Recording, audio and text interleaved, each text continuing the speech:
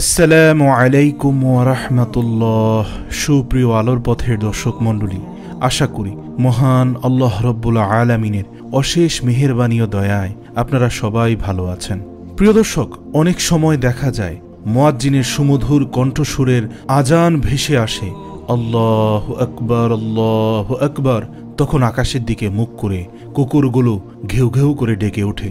অনেকের মনে প্রশ্ন জাগতে পারে, কুকুরগুলো আজান শোনা মাত্রই এত উচ্চস্বরে কেন ডাকে? এছাড়াও অনেকের মনে প্রশ্ন জাগতে পারে, রাতে কুকুরগুলো কেন ডাকে? কেননা আমরা অনেক সময় দেখি যে মধ্যরাতে বা রাতের যে কোনো সময়ে হঠাৎ দেখা যায় যে কুকুরগুলো আকাশের দিকে এমনভাবে তাকিয়ে আছে যেন কোনো কিছু দেখছে। সেদিকে তাকিয়ে কুকুরগুলো কান্নার মতো শব্দ করছে। চলুন এর কারণগুলো আমরা হাদিসের আলোকে জেনে নিই। বিষয়টি সম্পর্কে জানলে সত্যি আপনি অবাক হবেন যে রাতে কুকুর কেন কাঁদে বা কেন ডাকে। রাতের বেলা কুকুর ঘেউ ঘেউ করে এ বিষয়ে হাদিসে এসেছে। জাবের ইবনে আব্দুল্লাহ রাদিয়াল্লাহু তাআলা আনহু তিনি বলেন, রাসূলুল্লাহ সাল্লাল্লাহু আলাইহি ওয়াসাল্লাম বলেন, রাত্রিবেলা তোমরা যখন কুকুরের ঘেউ ঘেউ শব্দ এবং কান্নার শব্দ অথবা গাধার ডাক শুনতে পাও, তখন আল্লাহর কাছে আশ্রয় প্রার্থনা করো, কারণ এরা এমন কিছু দেখতে পায় যা তোমরা দেখতে পাও না। রাতের বেলা তোমরা আল্লাহর নাম স্মরণ করে ঘরের দরজাসমূহ বন্ধ করো, কারণ আল্লাহর নাম স্মরণ করে বন্ধকৃত দরজা শয়তান খুলতে পারে না। তোমরা কলসিগুলোর মুখ ঢেকে দাও, মস্কের অর্থাৎ চামড়ার তৈরি পানির পাত্র মুখ বেঁধে দাও এবং পাত্রগুলো উপর করে রেখে দাও। আবু দাউদ হাদিস নম্বর 1246। সুপ্রিয় দর্শক, তাহলে হাদিস দ্বারা বুঝতে পারলাম রাসূলুল্লাহ সাল্লাল্লাহু আলাইহি ওয়াসাল্লাম বলেছেন, কুকুর যা দেখতে পায় মানুষ তা দেখতে পায় না। কুকুর শয়তানকে দেখতে পায়, এজন্যই পরক্ষণেই বলেছেন অবশ্যই রাতের বেলা তোমাদের দরজাসমূহ বন্ধ করে দাও বিসমিল্লাহ বলে। এর অর্থ হচ্ছে কুকুর তখনই ডাকে যখন সে শয়তানকে দেখতে পায়। বা এমনও হতে পারে যে কোনো ব্যক্তির কবরের আযাব হতে থাকলেও কুকুর দেখতে পায় ও শুনতে পায়।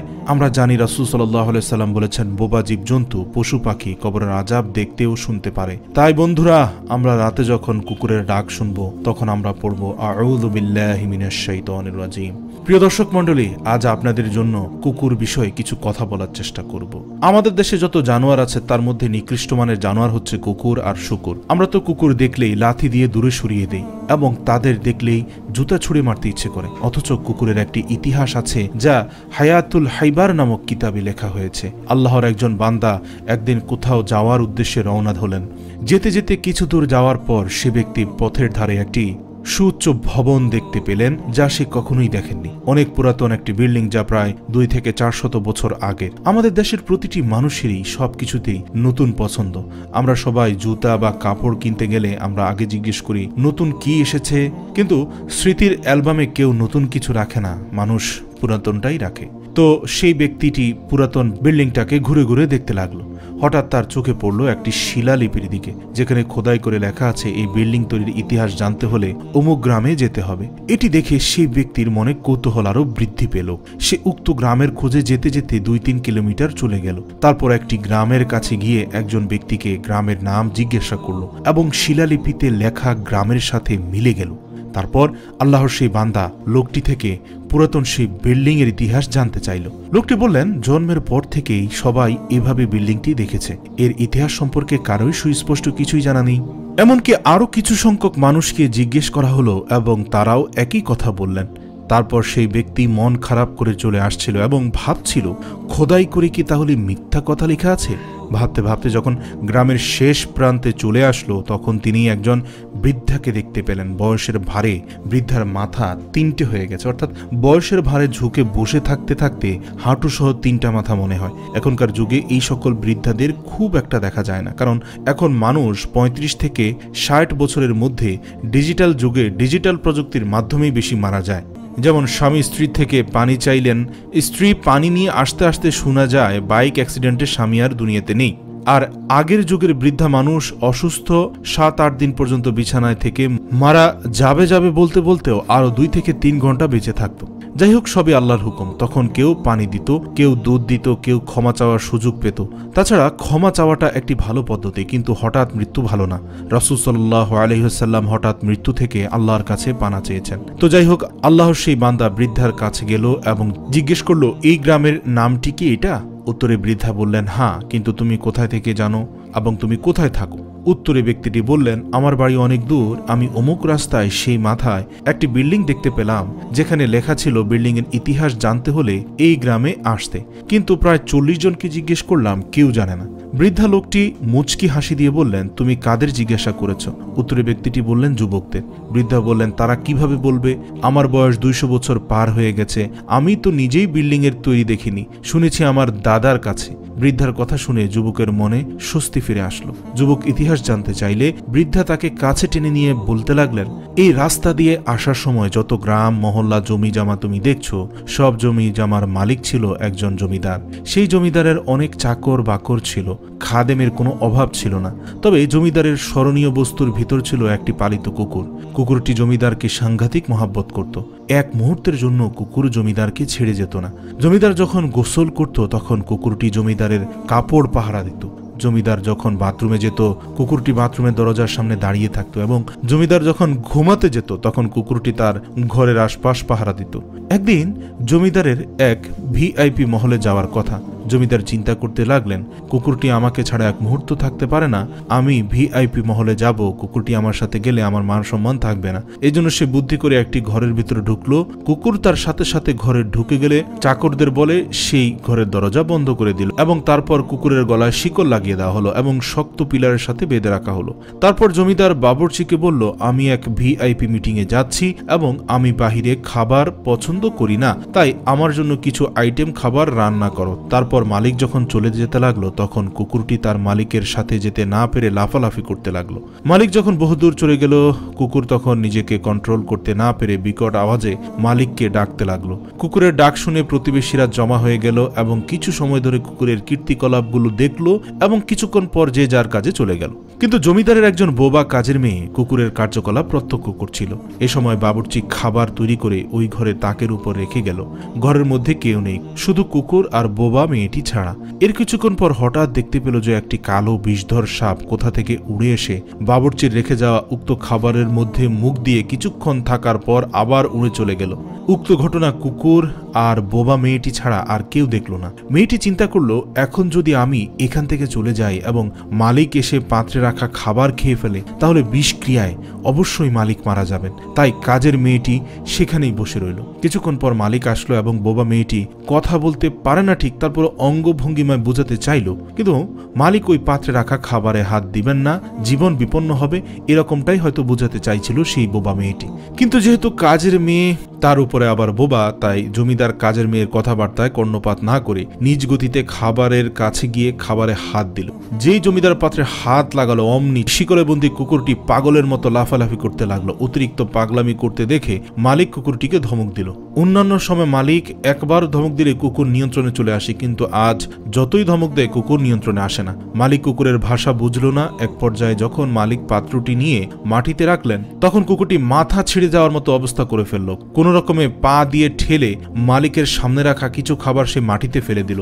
যেই মাত্র খাবার মাটিতে ফেলে দিল মালিক দেখে রাগ হয়ে গেল। এক পর্যায়ে ক্রোধে মালিক কুকুরটিকে কয়েকটি লাথি মারতে লাগলো এবং কুকুর রক্তাক্ত হয়ে গেল, কিন্তু তারপরও সে তার মিশন থেকে পিছপা হটেনি। কুকুরকে ধমকানো শাসানোর পরও কুকুর থামে না। এক পর্যায়ে মালিক দাঁড়িয়ে ক্রোধে চিন্তা করলেন, যেই খাবারের মধ্যে কুকুরের পায়ের ছোঁয়া লেগেছে সেই খাবার তো খাওয়া যাবে না। কুকুর শুধু চিন্তা করেছে, যদি মালিক খাবারে মুখ দেয় তাহলে তো সে মালিককে আর বাঁচাতে পারবে না। কুকুর শুধু লাফালাফি করছে, মালিক যে তাকে লাথি মারছে, মালিক তার উপর অত্যাচার করছে, তার কর্মকাণ্ডে বিরক্ত, সেদিকে তার লক্ষ্য নেই। তাই মালিক চাকরদের বলল শিকল খুলে দিতে এবং তারা খুলে দিল। কুকুরের বাঁধন যখন খুলে দেওয়া হলো তৎক্ষণাৎ কুকুর খাবারে মুখ দিয়ে খাবার খেয়ে ফেলল। এটি দেখে মালিকের ক্রোধ আরও অধিক পরিমাণে বেড়ে গেল। মালিক দাঁড়িয়ে ক্রোধে ফসফস করতে লাগলো যেন কুকুরকে আজ মেরেই ফেলবে।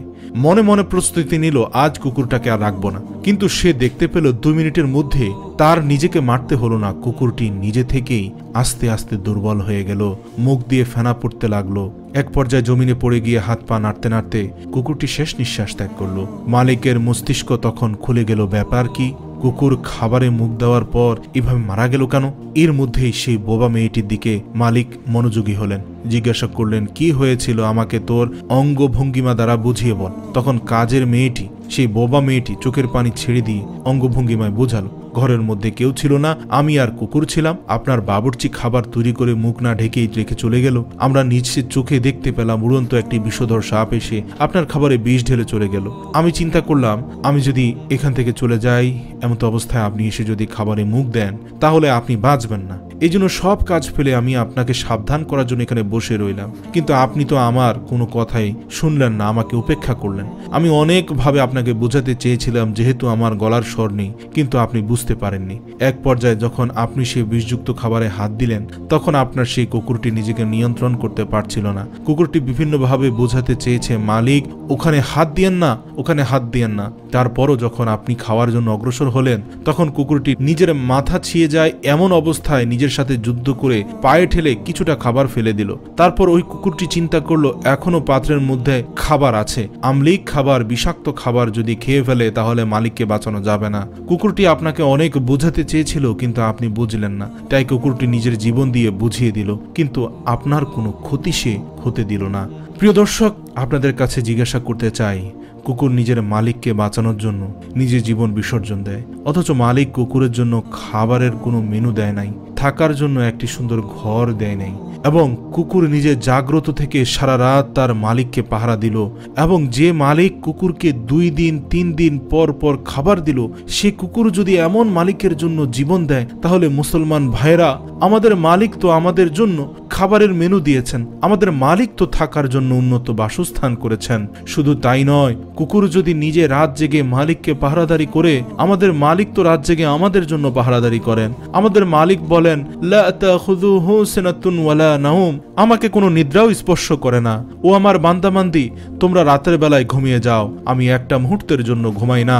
আমি যদি ঘুমিয়ে যাই, এই মুহূর্তে আমার কোনো বান্দাবান্দি যদি মুসিবতের মধ্যে পড়ে এবং সে যদি আমাকে ডাক দেয়, তখন কে তাকে মুসিবত থেকে উদ্ধার করবে? আমি রব্বুল আলামিন, সর্বময় ক্ষমতার অধিকারী, প্রতিনিয়ত তোমাদের সাহায্য করি। আমি রহমান রাহিম, আমি সেই সৃষ্টিকর্তা যিনি নাপাক পানি থেকে তোমাদের সৃষ্টি করেছি। আমি সেই সৃষ্টিকর্তা, আমি সেখান থেকে তোমাদের সৃষ্টি করেছি যেখান থেকে তোমাদের কোনো অস্তিত্বই ছিল না। আমি আমার চোখের ভিতরে কখনো নিদ্রা আসতে দেই না। যে রব্বুল আলামিন আমাদের সহযোগিতার জন্য আমাদের ভালোবাসায় সারা রাত দিন জেগে রইলেন, এমনই রহমান রহিম রব থেকে আমরা দূরে সরে গেলাম। শেষ পর্যন্ত যখন বোবা মেয়েটি থেকে জমিদার সব কথা জানলেন, জমিদার তখন চোখের পানি ছেড়ে অনেক সময় ধরে ক্রন্দন করলেন। জমিদারের পর ঘোষণা দিল, যে কুকুর তার জীবন বিসর্জন দিয়ে আমার জীবন রক্ষার চেষ্টা করলো, এই কুকুরের লাশ যেখানে সেখানে ফেলে দেওয়া যায় না। যত কোটি টাকা লাগে তার স্মৃতিচারণের জন্য রাস্তার ধারে একটি বিল্ডিং বানিয়ে দাও। এই বিল্ডিং এর ভেতরে কুকুরকে দাফন করা হবে, যাতে করে 100 বছর পর্যন্ত প্রভু ভক্ত কুকুরের স্মৃতি দুনিয়ায় টিকে থাকে। প্রিয় দর্শক, কুকুরের মালিক তো কুকুরের জন্য বিল্ডিং বানিয়েছেন, আমাদের মালিককে বাঁচানোর জন্য আমাদের জীবন দিতে হবে না। মালিকের দিন দুনিয়াতে টিকে রাখার জন্য প্রয়োজন হলে জীবন দিতে হবে, কিন্তু আমরা তো উদাসীন রয়ে গিয়েছি। আল্লাহ রব্বুল আলামিন আজকের এই পূর্ণ ঘটনাটি শুনে প্রত্যেকটি ভাই এবং বোনকে উপলব্ধি করে এ থেকে শিক্ষা গ্রহণ করে জীবনের শেষ মুহূর্তটি পর্যন্ত রব্বি জুল জালালি ওয়াল ইকরাম এর উপর কৃতজ্ঞ আপাত মস্তক নত করে রাখার তৌফিক দান করুক। হে রব্বুল আলামিন, প্রতিনিয়ত যেন আমার ঘাড় আপনার নিকট নত থাকে। হে রব্বুল আলামিন, প্রতিনিয়ত যেন আমি আপনার শুকরগুজার বান্দাদের অন্তর্ভুক্ত হতে পারি। হে আল্লাহ, আপনি আপনার কৃতজ্ঞদের মাঝে আমাকে কবুল করে নিন, আমাদের সবাইকে কবুল করে নিন। আমিন। ওয়া আখির দাওয়ানা আনিল হামদুলিল্লাহি রাব্বিল আলামিন।